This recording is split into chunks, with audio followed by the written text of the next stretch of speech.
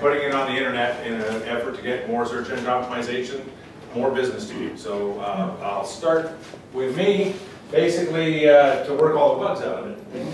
So welcome out, members and guests. Thanks very much for participating. I'm going to talk very quickly, so if you have questions, save them till the end. But I'm just going to move real fast through this. 10 marketing must-dos, in my opinion. First of all, you want to choose the proper name to protect it and yourself. Develop strategic content, design a website, design a Facebook fan page, design print materials, create an event strategy, create a sales, referral, and affiliate strategy, develop a sales strategy, start promoting all of the above, and then expand. In other words, do you own a job or a business? Most business owners think they own a business, but if they were to get sick for any period of time, there would be no income. Thus, they own a job rather than a business. And so we're going to go through each one of these right now and look at it. Choose the proper name. I worked with Tar Sands Sheet Metal. You really wouldn't have a clue what they did until we changed the name to Calgary Heating and Cooling. They do furnaces and air conditioners and heat pumps. But again, Tar Sands Sheet Metal 1983 Limited was not a good name, so we changed it. Tool Pete, when you went to their website, you got not only Tool Pete Real Estate, but Tool Pete Insurance as well. And so it then split off into two websites. And so when you're advertising, you want people to understand exactly what it is that you do. So we changed the name of the new website that we're designing to toolpeteinsurance.com. Right Way Computers, you all know Ryan, who's in this club. Basically, his company was Right Way Computers. We changed it to RWC Communications. And my company, TLC Marketing and Franchising, I've always liked the name Accountable Communications. The website wasn't available, but I put a bid in on it. I got the website name, and then I'm still in the process of rebranding. And so to rebrand, it's as simple as, or to change your name, it's as simple as going online, doing a federal nuance search for $24 that checks to see if your company name is available right across Canada. Most people only do Alberta. It costs a little bit more in Alberta and twice as much to incorporate your company. You can do it online for $200 and you're federally incorporated, thus your name is protected not only in Alberta, but right across Canada.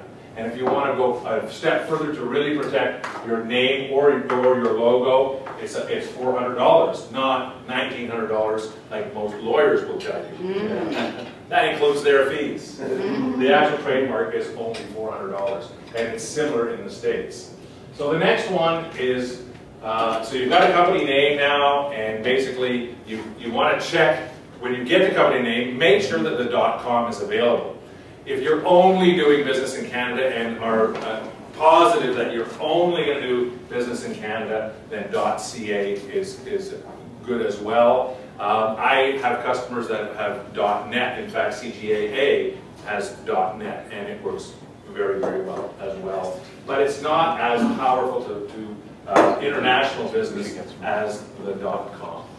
So once you've got your name, you want to put together some type of logo and a slogan, depending on your budget. And obviously, Daryl does all that, and so I work a lot with Daryl, and together we come up with slogans and logos. He does. I can't draw a stick man, so your logo would be a stick man if you hired me to do that. But Daryl does some really good logos, and I come up with some really good slogans.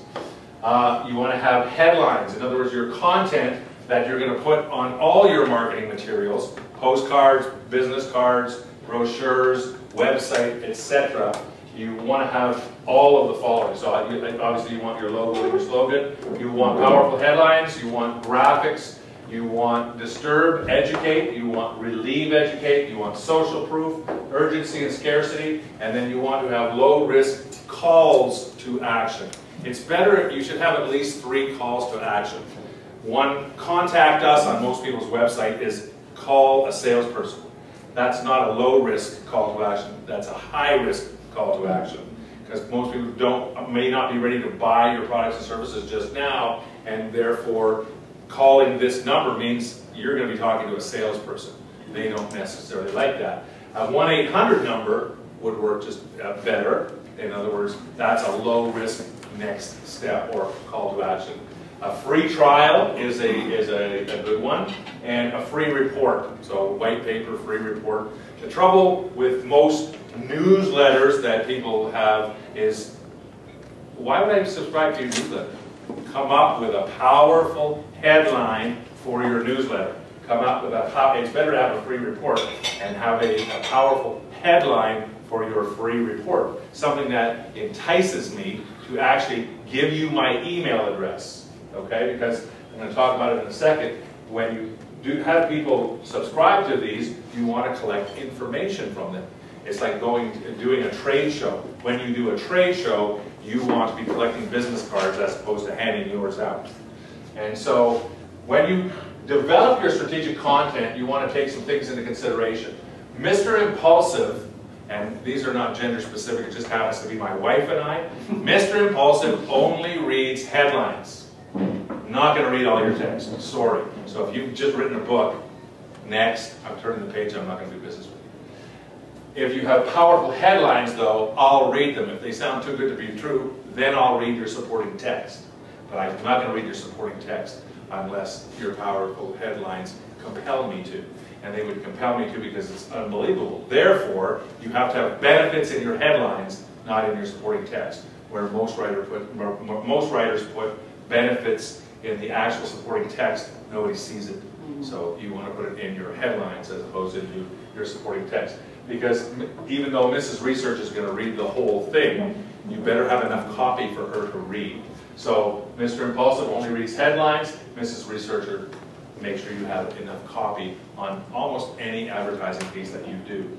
Left brain, right brain. Left brain is all about text and facts and figures, etc. They remember names instead of faces, whereas right brain is all about pictures and they remember faces. So I recommend that you have some professional graphics done of your business. Don't leave it to your spouse taking your digital photography picture. Make sure that you get it professionally done, because they can, on some people, they spend hours touching you up. And so left brain, right brain, make sure that you incorporate that in as much of your marketing materials as you can.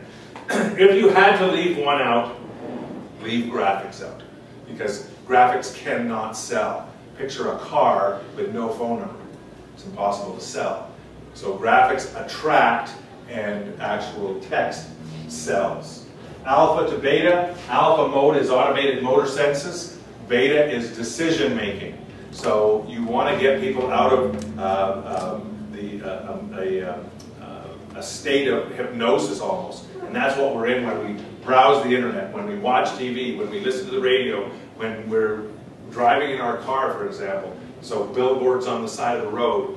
We're in a very low state of awareness, which is called alpha state. And so to actually sell to those people, your advertising has to snap them from alpha into beta. And so the things that do that are things that are threatening, things that are familiar, things that are important, and things that are different. And so it's usually done in your headline. So can I incorporate a disturb story and a relief story into my headline? So we think of Domino's Pizza, fresh hot pizza delivered within 30 minutes or it's free. So the pain in the industry was not the quality of the pizza, it was the delivery. So Domino's Pizza went from obscurity to #2 in the industry by making people go, where the hell's the pizza? It's been like 40 minutes, to they're gonna be late. Yeah. Right? So they took the pain completely out of the industry. So the pain or the disturb, they relieve that disturb.